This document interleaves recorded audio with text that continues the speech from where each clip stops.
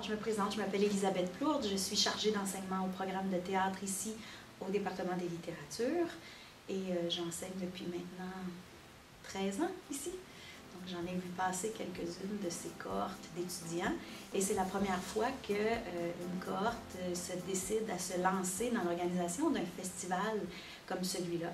C'est assez exceptionnel.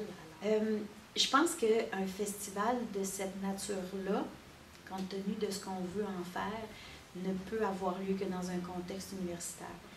C'est là qu'on réfléchit sur une pratique, c'est là qu'on se penche sur des enjeux importants liés à une pratique artistique. Et ce festival est précisément là pour favoriser les rencontres. Donc, ça m'apparaît tout à fait logique, tout à fait cohérent qu'à l'université, on vienne stimuler ce genre d'initiative-là. Et que ça vienne, c'est assez particulier ça, que ça soit une initiative exclusivement étudiante, avec somme toute à peu près pas le concours des enseignants, m'apparaît hautement significatif. Ça veut dire, à mon avis, que les étudiants le jugent hautement fondamental et nécessaire dans leur apprentissage ou dans leur fréquentation du théâtre que de s'arrêter à certains moments donnés pour réfléchir.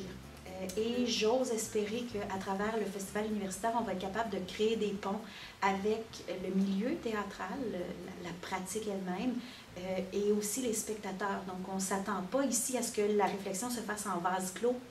On espère vraiment qu'on va être capable d'ouvrir à toutes sortes de publics, à toutes sortes de gens intéressés par le théâtre qui vont venir enrichir les débats et favoriser la discussion. J'ai remarqué que dans la programmation du festival étudiant, il y a des envies justement d'aller chercher des gens qui ont la faveur du public. Donc, des metteurs en scène comme Robert Lepage, des écrivains comme Larry Tremblay. Ça donne, et peut-être que ça va donner envie à ces gens-là d'ouvrir leurs horizons et d'aller un petit peu plus au théâtre.